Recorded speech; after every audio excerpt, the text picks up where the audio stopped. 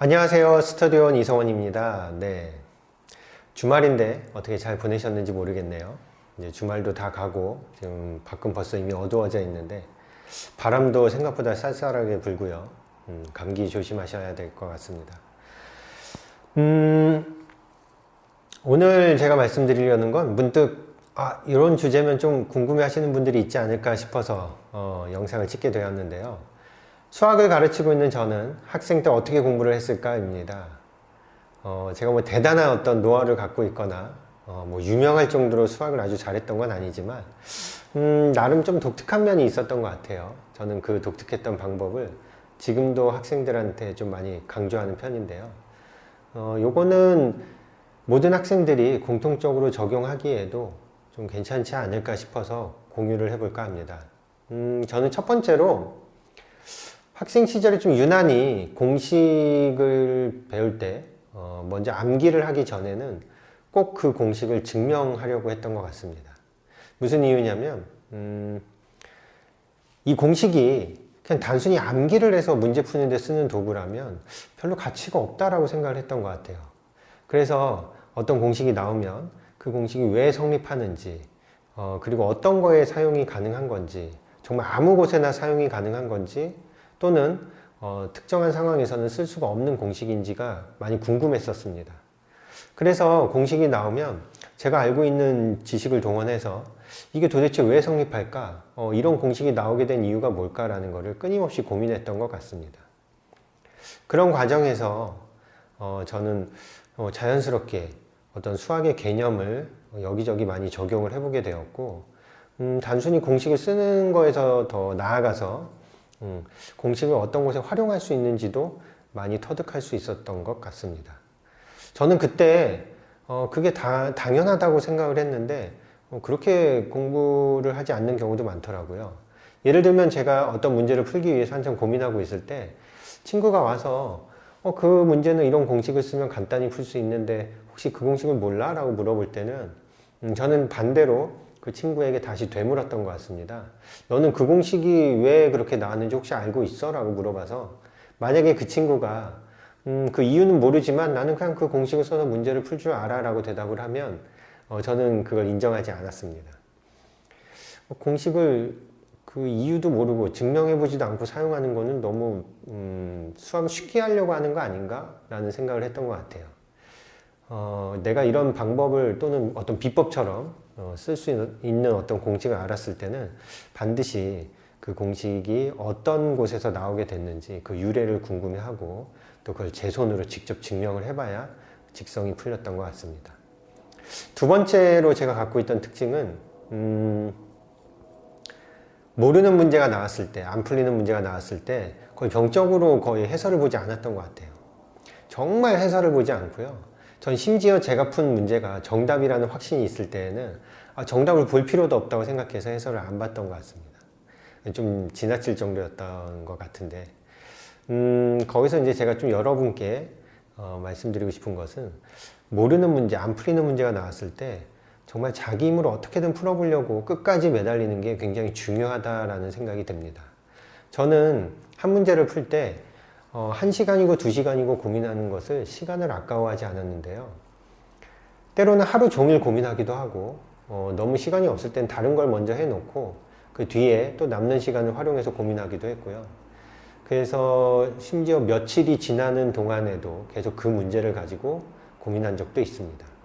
물론 그 기간 동안 그 문제만 풀진 않고요. 중간중간에 다른 공부를 하다가 문득 시간이 남거나 그 문제가 떠오를 때 또는 시도해보지 않았던 어떤 새로운 방법이 떠오를 때면 그 문제를 다시 꺼내서 고민을 시작했던 것 같습니다. 그쯤이면 해설을 봐도 좋을 텐데 정말 해설 보기 싫어했던 것 같아요. 왠지 해설을 보면 이 문제집과의 싸움에서 제가 진 기분이라고 할까요? 너무 싫어서 어떻게든 제 손으로 풀려고 했던 것 같습니다. 그럼에도 불구하고 아무리 고민해도 도저히 제가 생각해볼 만한 어떤 그런 생각해볼 만한 거리라고 해야 될까요? 그런 도구가 바닥이 났을 때는 어쩔 수 없이 해설지를 펴고 첫 번째 줄, 한 줄만 보려고 노력했던 것 같습니다. 마치 살짝 힌트를 보는 것처럼 그렇게 문제의 풀이를 살짝 엿보고 나면 이 방법을 내가 왜 생각하지 못했을까라고 머리를 칠 때가 있는데요.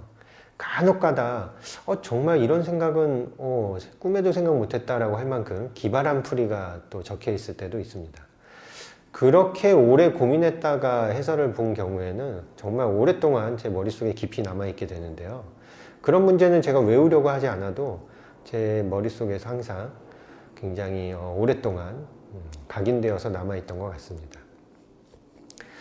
제가 드리고 싶은 말씀은 사실 두 번째에서 한 문제를 가지고도 오래 고민하는 이 시간이 굉장히 중요하다는 것인데요.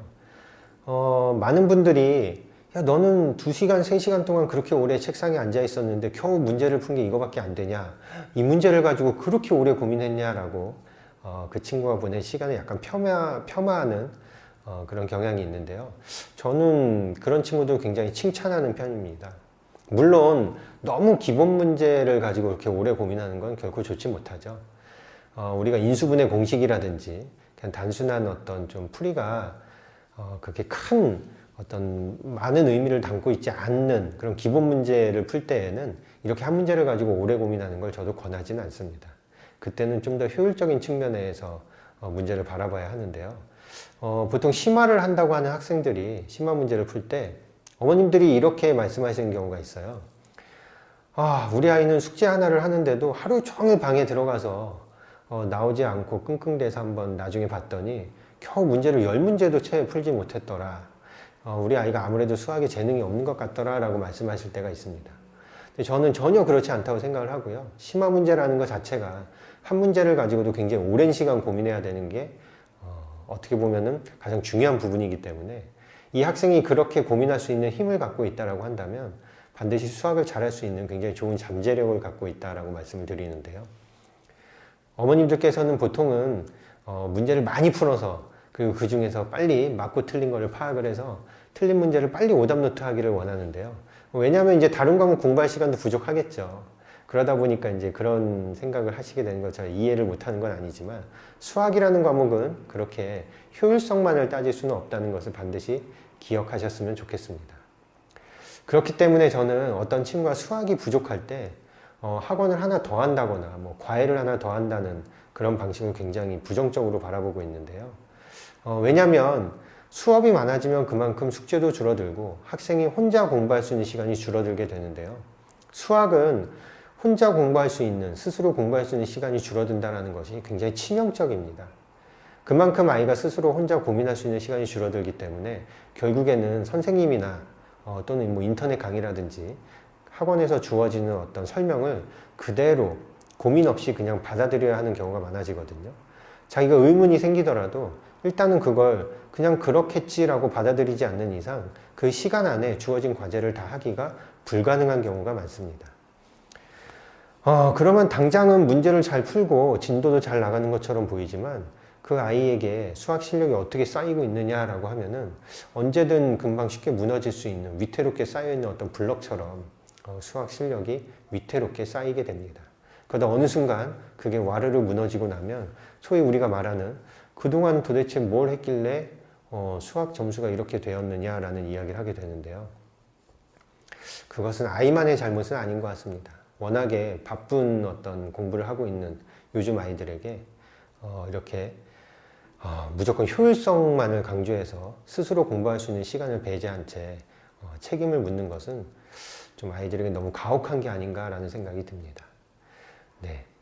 어쨌든 학원에서 수학을 가르치고 있는 저도 물론 수학을 때로 어려워하기도 하면서 공부를 했지만 저에게는 그 두 가지, 아까 말씀드린 두 가지 특징이 있었기 때문에 수학은 나름 자신감을 갖고 했던 것 같아요.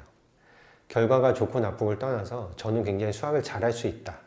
그리고 수학이라는 과목을 두려워하지 않는다라는 생각을 갖고 자신 있게 공부를 했던 것 같은데요. 저도 못 푸는 문제가 있었고 시험을 전부 다 100점을 맞진 않았지만 저는 제가 못 풀었던 문제를 보면서 다시 그 문제를 해결했을 때 어떤 기쁨을 가지고 수학을 굉장히 재미있다라고 생각을 했던 것 같은데요. 단 한 번도 수학 때문에 힘들거나 아니면 수학이라는 과목만 없으면 좋겠다라는 그런 생각을 하진 않았던 것 같습니다. 네, 오늘 제가 드린 말씀이 또 아마 도움이 됐으면 좋겠다라는 생각이 드는데 뭐 지루할 수도 있고 또 비슷한 이야기를 계속 한다라고 생각하실지 모르겠지만 제가 아이들한테 하는 이야기가 있습니다. 여러 가지 방법들을 좋다고 하는 공부 방법들을 정말 많이 들을 텐데 그거를 다 시도해 보다가 유난히 자기하고 잘 맞는 방법이 있거든요. 그런 방법을 붙들고 열심히 노력하면 분명히 자기 실력은 좋아집니다. 그러니까 모든 방법을 다 내 걸로 만들려고 하지 말고 사람마다 성향이 있기 때문에 나에게 잘 맞는 방법이 있거든요. 그런 방법을 찾는 것처럼 제가 드리는 이런 말씀들이 언젠가 여러분에게 이거는 정말 귀에 와닿고 내 마음속에 간직이 될 것 같은 그런 이야기가 있을 것 같습니다. 그런 게 하나라도 더 있기 위해서 이렇게 주저리 또 주말 밤에도 이야기를 하는 것이니까요. 너무 지겨워하지 마시고 또 다음 영상을 기다려 주시면 좋을 것 같습니다. 네, 다음에 또 좋은 내용으로 찾아뵙고요. 남은 주말 잘 보내시고 또 다음 영상으로 찾아뵙도록 하겠습니다. 감사합니다.